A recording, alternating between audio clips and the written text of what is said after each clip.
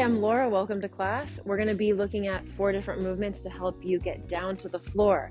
4 ways to get down. Put them in your solo. Put them in your kids' recital, whatever. Show your parents, show your kids. Put it on Instagram. Tag us if you put it on Instagram. Okay? We'll just do it all on one side though. So the first one is going to lean more intermediate, beginning intermediate, but I'll tack on some more advanced concepts. Each of these movements is sort of intermediate to intermediate advanced, and I would say you should do a warm-up beforehand, specifically something that focuses on the knees. This is an excerpt from a full class on GGTV, where our classes are designed with you in mind, focusing on proper alignment, injury prevention, and sustainable technique that honors where you are today while building towards where you want to be.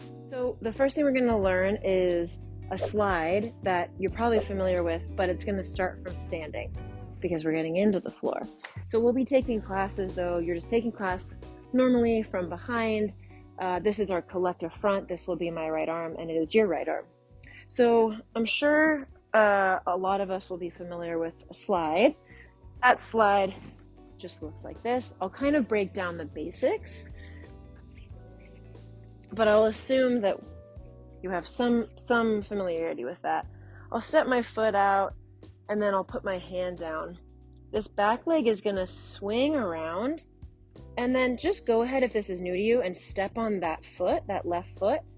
You should then have very little weight in the right toes.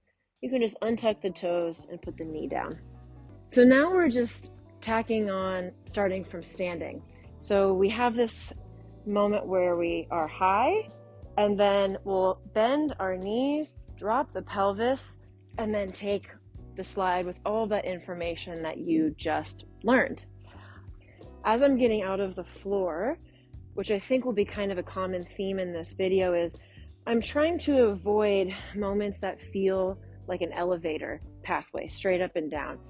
That is not wrong, and in a lot of other movements that makes sense.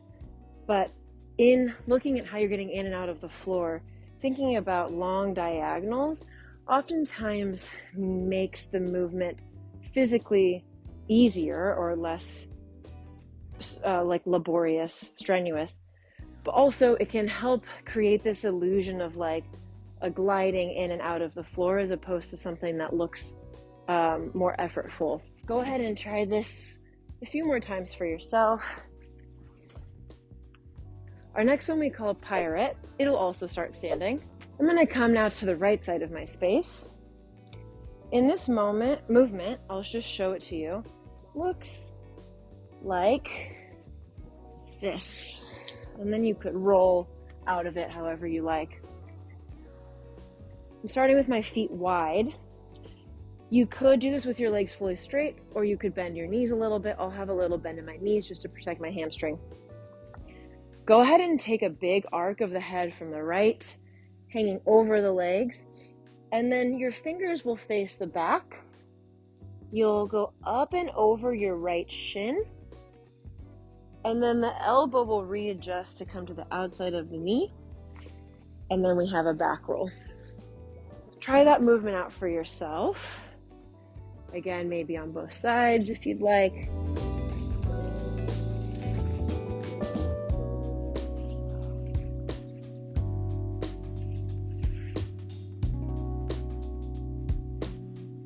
And then we'll just bring to your attention this idea that we've already talked about the diagonals. So again, how can I step my feet out wider? How can I make the arcs of my body parts down to the floor a little bit longer and wider?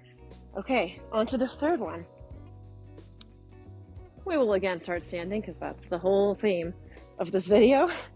And it will be a turn that then moves us through a plank roll down to the floor. You'll actually start facing back for this one, so just turn around and watch me. I'll come to the right side of my space here.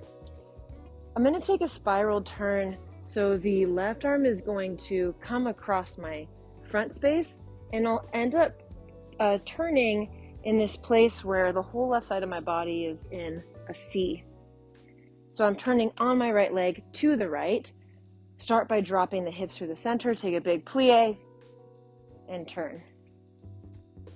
just have fun trying that for a second, really feeling the pull of the left arm. I find that if I don't also elongate out of my back leg, then I fall forward like I did the first time I tried that. So you'll take your turn. You're going to then end facing front. My hands and my back foot are going to sweep. First, they're going to soften, take a big, generous plie in your standing leg. Then they're going to shoot out. I'm moving through this lunge.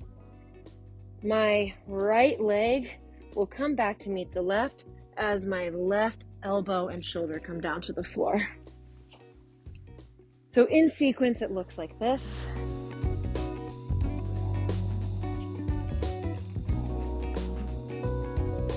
If you can make the landing of the hands silent, that would be great. One way to do that is that instead of stopping in this place with the elbow straight, once I catch myself on my hands, I'll just soften my elbow right away. Let's just do that one more time, and then we'll do our last one. So we start facing the back, bend the knees, shoot the left hand across, exhale, soften onto the arms. Okay, our last one is the most advanced one probably. We'll start standing. This one we call a nougat. It's gonna look something like this.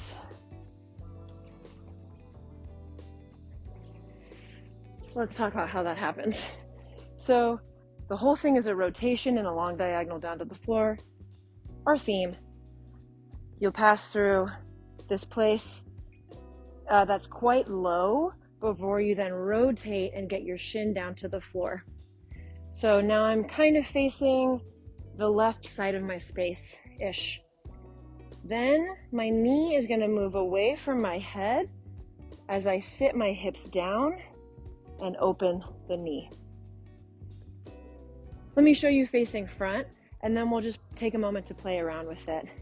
Again, dropping down through the center.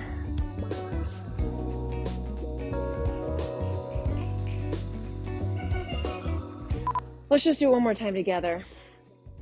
Find in your long diagonal.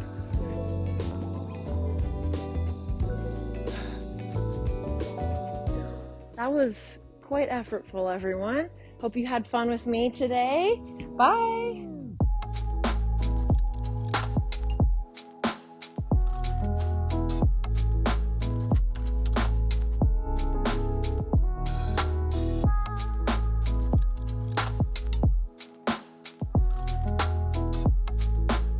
Thank you so much for watching. If you enjoyed class, you can click here for more Floorwork training. And then hit the subscribe button so that you don't miss any uploads.